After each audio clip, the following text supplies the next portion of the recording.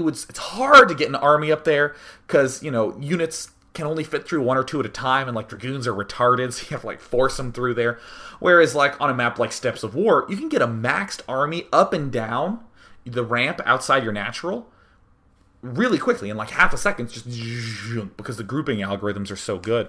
Whereas on Incineration Zone, those are probably the narrowest corridors we've seen yet in any maps. And we saw how White-ra, despite being down 40 food at one point in the game, was able to use a nice concave and just funnel units in and storm them and prevent Maka from really doing any sort of huge pressure at the expansion. And that allowed White-ra to bounce back with a bunch of beautiful storm drops. So just as a comment, just as something fun to think about, something I was considering with to deal with this terrain isn't as important as I'd like it to be, is just making the average size of units like 25% bigger. Not something stupid like Ultros can now no longer go up and down ramps. You need to air transport them. No, just have it, a little bit bigger and make 300 the food cap. Yeah, that would be awesome. So, yes. So let us take some questions. Sucksore time says, Dear Day 9, why didn't Maka expand? Oh yeah, why didn't Maka expand more during the game? When he took the advantage, couldn't he just take his expansion, or is his style just more focused on micromanagement? So it's less the style and more the map. Think of it this way. So, let's suppose that we're playing a game of Starcraft on Incineration Zone, and I am going for a huge one base style, right? Just getting tons and tons and tons of units. And my opponent tries to expand. Like, pretend for a moment if White-ra had taken his natural expansion kinda early on. What does Maka do? Well, he just busts through the back where there's all this space to control, and he wins really easily. Cool. Well, White-ra didn't fall for that. White-ra didn't try to throw down an expansion really, really quickly or anything like that. He instead went for these 4 warp gates after he got his Void Rays. So, right now, Maka has his huge army and is against White-ra's huge army. Well, now if Maka tries to expand, then White-ra says, oh, you expanded? Well, you don't have any money to make units for a little bit. So now I'm going to bust in your front. I'm going to do a whole bunch of damage there. So it's kind of like this game of chicken. Who's going to expand first? And you really do have to swing a pretty significant advantage. I mean, just coming back over here to the main screen,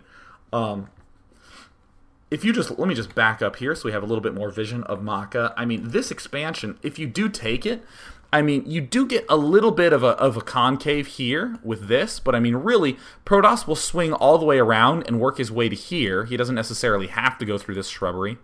And then he will bust into your natural expansion. So unless you have an unbelievable defense there, it's going to be a little bit tough. So that's why players have been... I'd actually say that there's like 3 classes of builds. There's an early expand, where you just expand and you're like, I'm going to defend until I get my expo up, and then I'm going to attack. Then there's the crazy style like Maka, where you're just like attack. And then there's what I call like a trick and then an expand. You do like a little and then you expand, like I am going to open up with a Marine tank push, so that way you're all pulled back, and in the meantime I'm going to expand. I'm going to open up Dark Templars, I'm going to rush you, and then I'm going to expand. All these sorts of things. So I actually think that those builds where the something and then expand are generally more of the norm in Brood War these days, and I think that it will sort of crop up more in StarCraft II as well. But it's hard to do one of those builds again on a map that's so small. You really have to have a kind of a huge, more muscular trick instead of just a sort of goofy, cutesy trick. I'm really glad I made great sense. Let us see here. Oh, great question by the Night Watchman. Hey, Day 9, White-ra didn't use many sentries. Wouldn't they have bolstered his ground force that much more?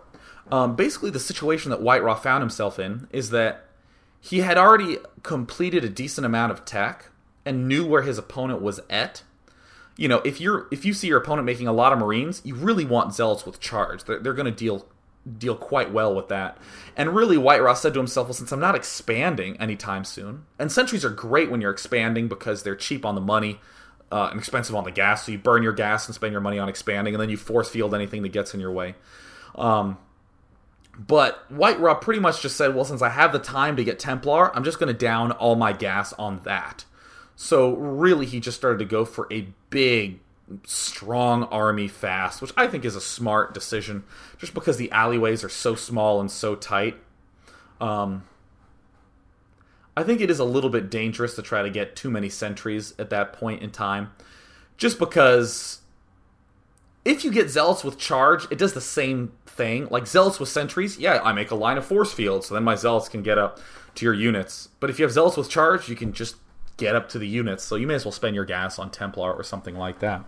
And of course, the reasonable question is then, well, why didn't he just skip the Templar tech entirely? Why did he go for these Templar?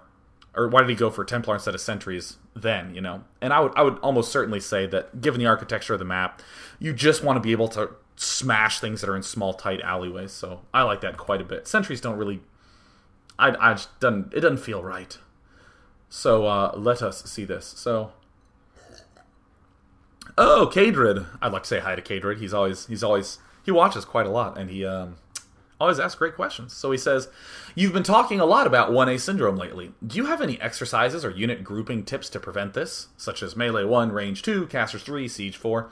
Really, as long as you're creating a good organization for your control groups, you're going to be fine. I mean, for instance, you've heard me advocate getting a notebook to just write down things. Because, I mean, honestly, like, for instance, I cast a ton of games, and I see insane strategies all the time. So I just note that down. Remember, Maka did this 2-factory push where he delayed 2 tech labs like this. Wasn't that neat, you know? And I note that down, and then when I want to pull something out, oh, cool, look, it's there. And people say, well, how should I organize this notebook? What should I write in it? As long as it's written down, you're fine. You know, just make sure you write something. You know, like with your control group, as long as you're trying to do something, I think you should be in good shape. Make sure that it makes reasonable sense. So, for instance, Zerg, very easy. Mutalisks, control 1, Roaches as 2, 3, and 4. Or the sort of mass units as 2, 3, and 4. So I'll have like Mutalist, the one I'm controlling a lot, the one I'm thinking about a lot as my control 1. And then I'll go 2, 3, 4 as my big units. Or I'll go 2 and 3 as my mass units, my Roaches, my Lings, my Hydras. And then 4 will be the Infestors. So I can sort of pull the Mutas back. Because again, think about this. Ooh, we're gonna say something real sexy here. It's gonna be good. So pretend that you have your Mutas as 1, you have some Roachling as 2, some Roachling as 3, and you have Infestors as 4. And the Terran army's coming out. You've been harassing with your Mutalisks all over the place. And then Terran gets into a good position. You can just go one click with your Mutalisk and pull them up to the side where your Roaches are not at. So you have your Mutalisks up here, Roach here, and Infestors in between. You can arc so easily with those 4 control groups. It's so cool. So the Mutalisks that were now just being used for harassment suddenly are now able to just reformulate into a nice big arc. Other things, you know, generally my control 1 I personally have is the unit that I'm focusing on a lot more. So, for instance, let's say I'm going mech, and I have a ton of Hellions and some tanks. I'll have the tanks as 1, and then Hellions as 2, 3, 4. Just so I have the big mass unit in the later control groups. So, yeah. So I'm going to scroll down here and take some more questions. Great question by Lysogen. What does your shirt say, you handsome man? So, I went to Harvey Mudd, which is this, like, engineering technical school up in Claremont in Los Angeles, and there's 5 colleges there, and one of them is an all-girls college named Scripps. And Scripps always makes these very clever shirts every year, one for each of the colleges, just, you know, to do fundraising. And Scripps made, again, it's an all-girls school, so they made this shirt that said, Scripps College, men don't go here, they come here. You know, it's kind of cute, right? It's a little risque, but that's what it said. And get this, a bunch of feminists on the campus said that shirt encouraged violence against women. So, of course, Harvey Mudd being awesome, created this shirt that says, men can't go here, but the women can choose to make them come if they want to, but they by no means have to, and are, in fact, in complete control at all times in the hypothetical situation represented on this t-shirt. And then there's just like a squirrel here. I'm sorry, I'm trying to point. It's like a squirrel. I don't know why the squirrel's there, but I like the squirrel. So, of course, big shout out to the awesomeness that is this shirt. And, of course, it's a vibrant color of green. So, now I'm going to actually take a real question. 1A, 2A, 3A, clearly a Protoss player, says, "Hey Sean, when I find I'm gonna try to read again. Here we go.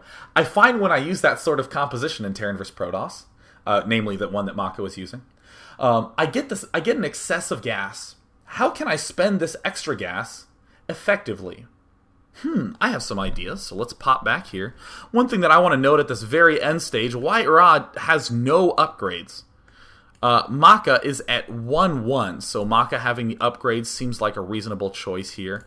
I'm just poking around here, want to see what sorts of units he has. So I actually played a little bit of Terran vs. Protoss against Jinro the other day, because again, love playing with Jinro, and he made a good bit of Ravens. And he would just run his Ravens up and just throw down 2 or